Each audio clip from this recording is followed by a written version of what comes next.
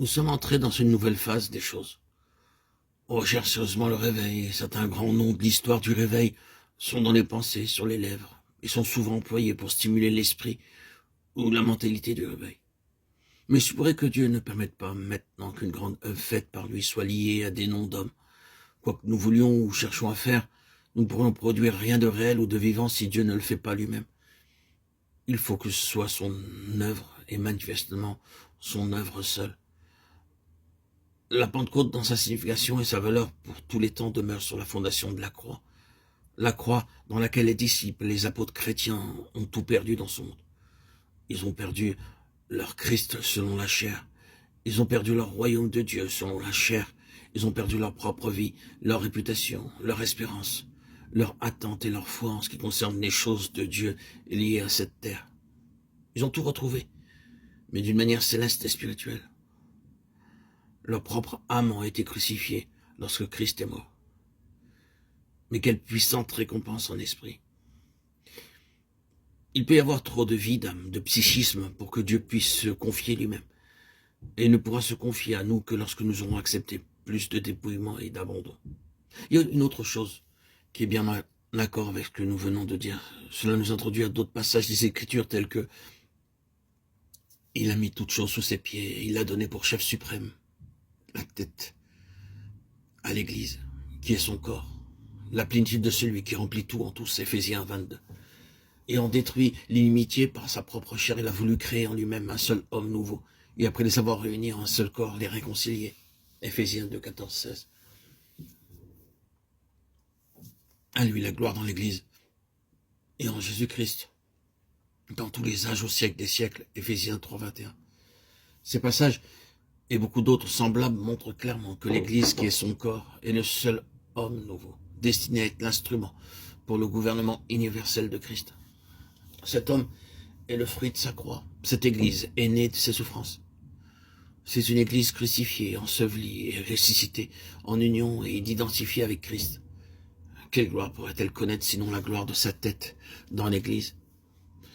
Il n'y a point de place pour l'Antichrist en principe. C'est dans et par l'Église qui est son corps que la plénitude de Christ sera manifestée, que Dieu entrera dans ses droits. À lui la gloire dans l'Église et en Jésus-Christ au siècle des siècles. À cet égard, les Écritures nous parlent beaucoup de mesures en ce qui concerne l'Église. Nous les trouvons en symbole dans le temple de Salomon, mais davantage encore dans celui d'Ézéchiel. Chaque aspect, chaque phase y sont minutieusement mesurés par un modèle céleste. Ce qui était représenté par les symboles ressort dans la réalité spirituelle de l'Église, dans les Éphésiens. Nous trouvons ici la largeur, la longueur, la profondeur et la hauteur, 3,18. La mesure de la stature parfaite de Christ, Éphésiens 4,13. La mesure du don de Christ, Éphésiens 4,7. Et enfin, la force mesurée à chacun de ses parties, Éphésiens 4,16. Ce qui gouverne donc dans cette Église spirituelle, c'est la mesure de Christ. Il nous est dit que dans ce corps, aucun facteur terrestre n'y a de place. Il n'y a ni grec ni juif, Colossiens 3,11. Ce n'est pas, il y a des juifs et des grecs. Pas de nationalisme, ni de distinction nationale. Pas de dénominationalisme, ni d'interdénominationalisme, ni de sans-dénominationalisme. Tous ces termes ne représentent que des distinctions et des différences humaines entre les uns et les autres. Christ est autre que tout cela.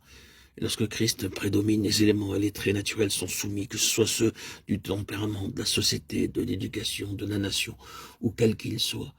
L'ascendance de Christ est le seul moyen d'arriver à l'unité et à la puissance spirituelle. C'est dans ce seul homme nouveau que les richesses infinies de sa grâce seront manifestées dans les siècles à venir. Éphésiens 2,7. Nous avons été prudents en employant les mots de gouvernement et de domination. Le dernier parle de force, d'autorité, de despotisme et d'autres traits semblables. Il appartient à l'Antichrist. Le premier s'exercera par le droit divin et avec l'accord et la coopération de tout l'univers. Son gouvernement s'étendra d'une mer à l'autre et du fleuve de l'Euphrate aux extrémités de la terre. Zacharie 9,10. À lui soit la gloire et le gouvernement au siècle des siècles. Apocalypse 1,6.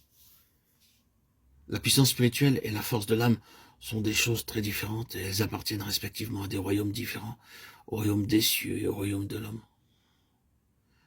La destinée de l'homme, selon la pensée de Dieu, demande qu'il soit né de l'esprit, qu'il marche selon l'esprit, et qu'il arrive à la maturité spirituelle.